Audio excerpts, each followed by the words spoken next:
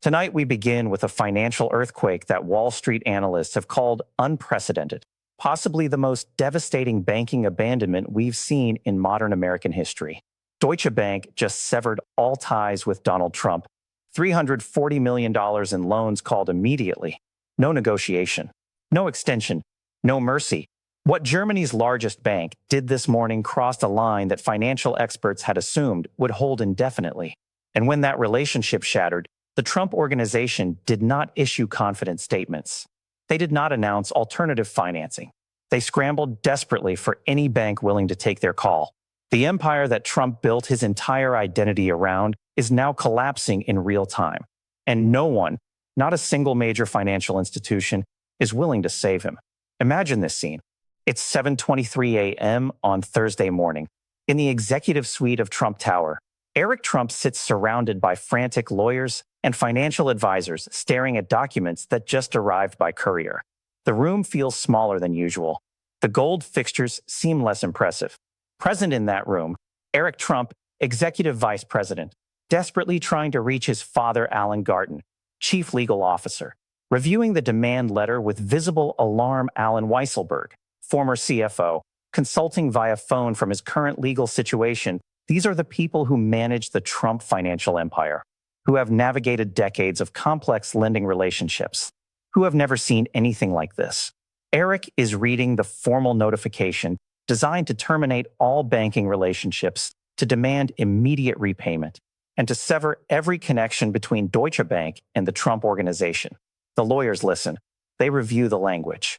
And then, one by one, they deliver their assessments. Not reassurance, not legal strategies. Confirmation that this demand is legally binding and immediately enforceable. And Eric Trump, reportedly pale and shaken according to sources present, understands that the family business has just lost its last major banking partner. Think about that.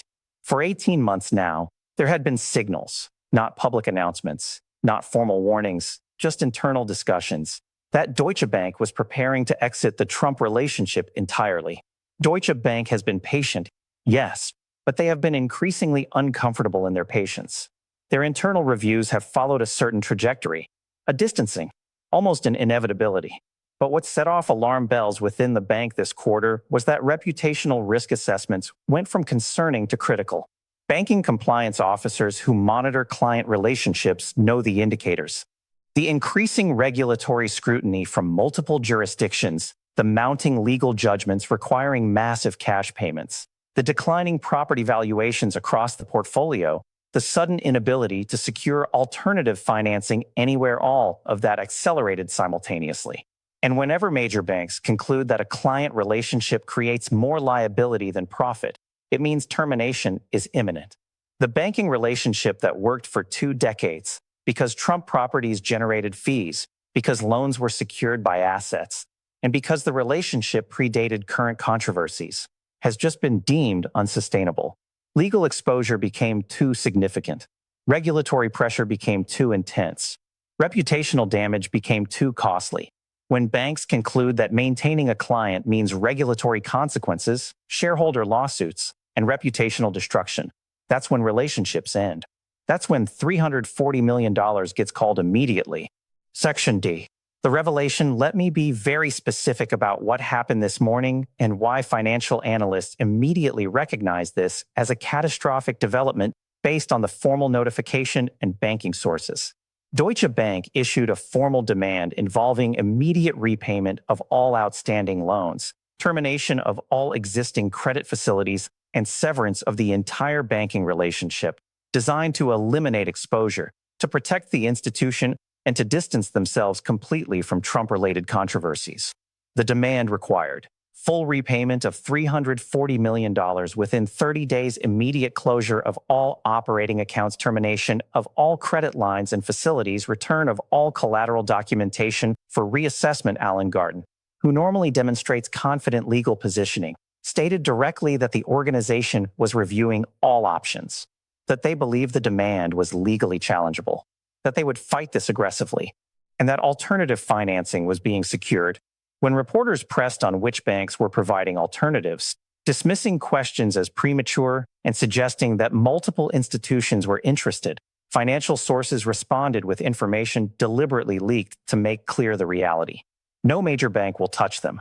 This is industry-wide consensus.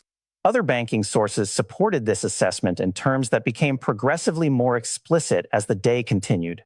JPMorgan Chase confirmed they would not consider Trump Organization business. Bank of America sources indicated the client was blacklisted. Wells Fargo representatives stated no relationship was possible. Goldman Sachs declined any comment, which itself spoke volumes. Multiple financial news organizations confirmed this through banking industry sources speaking on. Background: within 4 hours of the Deutsche Bank announcement, assessments were being distributed to financial media, to regulatory agencies, and to Trump Organization creditors. The consensus assessment was stark and unanimous. The Trump Organization has become unbankable in the United States. One senior banking executive speaking anonymously characterized it as financial exile because no legitimate institution will risk the association. Think about that. Deutsche Bank just declared that Donald Trump is too toxic for one of the world's most scandal-plagued banks to handle. For decades, Trump's banking relationships were maintained because properties provided collateral, because loans generated interest income, and because controversy hadn't reached current levels. That calculation has just reversed completely. Banks have concluded that Trump business means regulatory investigation, that association means reputational damage, that lending means shareholder lawsuits, and that the risk far exceeds any possible reward. And most devastatingly, they've recognized that no amount of collateral compensates for the liability. When the entire banking industry concludes that a client is untouchable, that's when empires collapse. That's when the real financial crisis begins. The response issued by the Trump Organization today was not a confident rebuttal. It was not a strategic pivot announcement. It was not a demonstration of financial strength. It was barely controlled panic. Source after source described the internal situation as chaotic, desperate, and perhaps most significantly, lacking any viable alternative plan. But financial confidence only works if banks believe in your stability. Banks do not.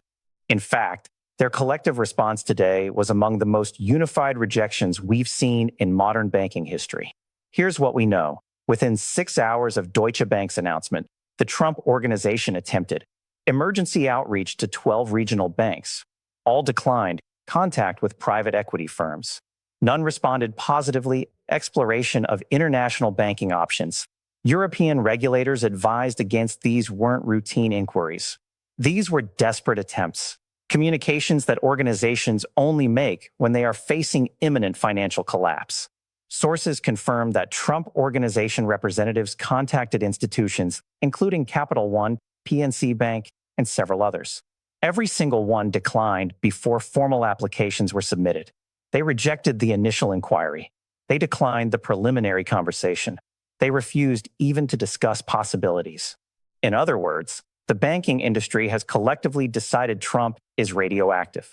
The client no legitimate institution will touch. This is what made Deutsche Bank's decision so devastating. It wasn't just one bank's choice. It was confirmation of industry consensus.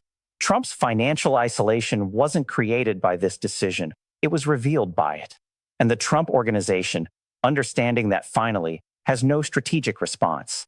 Not confident, not aggressive, but silent. They didn't hold press conferences. They didn't attack Deutsche Bank. They went quiet. And that silence speaks volumes. And here's where the story becomes even more significant. Financial analysts now believe that Deutsche Bank's decision was designed to remove the final obstacle preventing complete Trump Organization financial collapse. Deutsche Bank was the last major institution willing to do business with Trump. With them gone, no legitimate financing pathway remains. The psychological impact on Trump personally represents a fundamental identity crisis. Trump built his entire public persona around being a successful businessman, a master dealmaker, and a billionaire whose wealth commanded respect.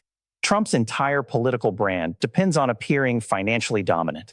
Deutsche Bank's decision directly destroys that image. Trump cannot acknowledge the severity because that would confirm financial weakness.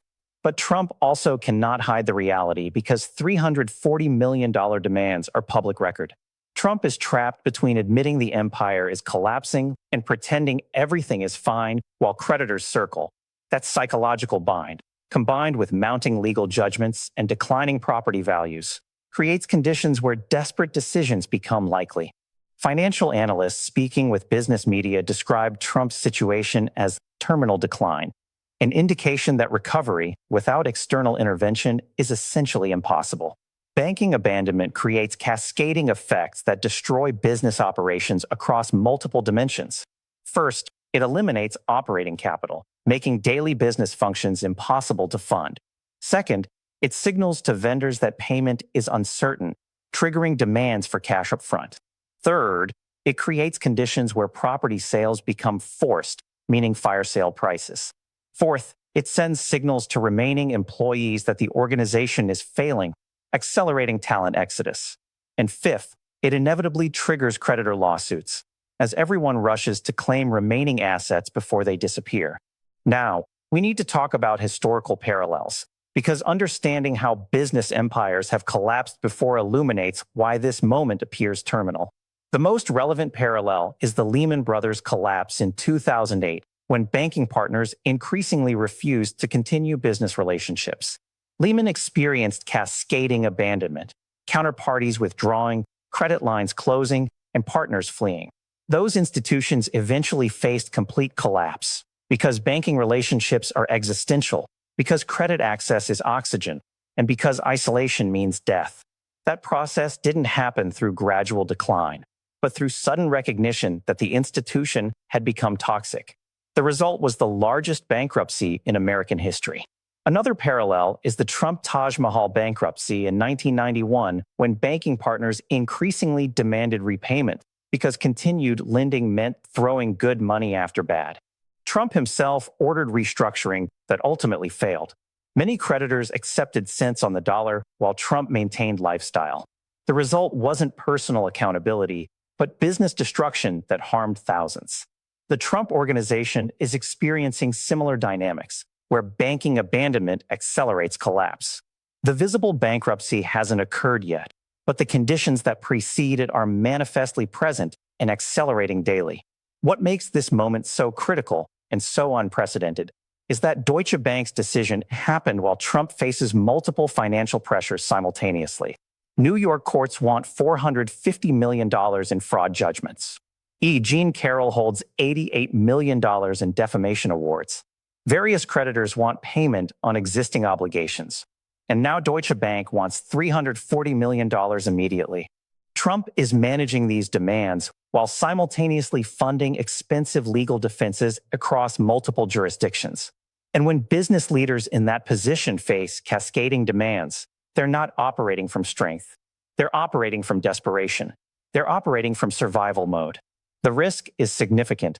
Forced property sales at unfavorable prices. Personal asset seizures becoming necessary. Bankruptcy filings becoming unavoidable. Think about what this means for Trump's self-image and understand why analysts believe this represents a fundamental breaking point. The question facing Trump is not whether the empire is collapsing, which seems evident from every indicator, but whether anything can be salvaged. Analysts who characterize this as terminal understand that current dynamics create no viable recovery path. The danger is clear. Without banking access, business operations cannot continue. Trump Organization executives are reportedly planning for scenarios ranging from selective property sales to complete liquidation to bankruptcy protection. Remember, Trump thought Deutsche Bank would always be there. He thought his properties guaranteed financing. He thought being a former president meant banks would compete for his business. But today, his last bank abandoned him. No replacement exists, and the empire is collapsing. Now, let me bring this full circle to where we started tonight. To that moment at 7:23 a.m. when Eric Trump received notification that Deutsche Bank was demanding $340 million immediately. What that moment represents is not just a banking decision, but empire death. The moment when Trump's assumptions about financial invincibility collided with reality that cannot be negotiated away. Think about what it means that no major bank will do business with Trump. Think about what it means that $340 million is due with no source to pay it. Think about what it means that the organization built over decades is now functionally isolated from the financial system. That's not a temporary setback. That's collapse where every path leads to asset liquidation and where the trajectory points inevitably toward bankruptcy. And here's the profound truth about business empire collapses. They often appear sudden, but result from accumulated decisions that observers didn't appreciate until the final domino fell. Enron seemed invincible until it wasn't. Lehman appeared permanent until it vanished. These collapses surprised observers because internal erosion remained invisible until it became catastrophic. Trump's empire is experiencing that same revelation. Now we're watching it happen in real time. This is Trump's creation, not Deutsche Bank's. Tonight, one thing is clear. Deutsche Bank has abandoned Trump completely. No major bank will replace them, and the empire is collapsing. And tonight, for the first time in decades, Trump appears to be genuinely cornered. Trump Tower is quiet, too quiet. And when Trump is quiet, it means the situation is worse than even critics imagined. Because tonight, Trump learned something he never believed possible. Money doesn't care about fame. Banks don't care about politics. And empires built on debt eventually collapse. This story is far from over. We will be here, watching every detail as the final chapter unfolds. Thank you for being here. Stay informed and good night.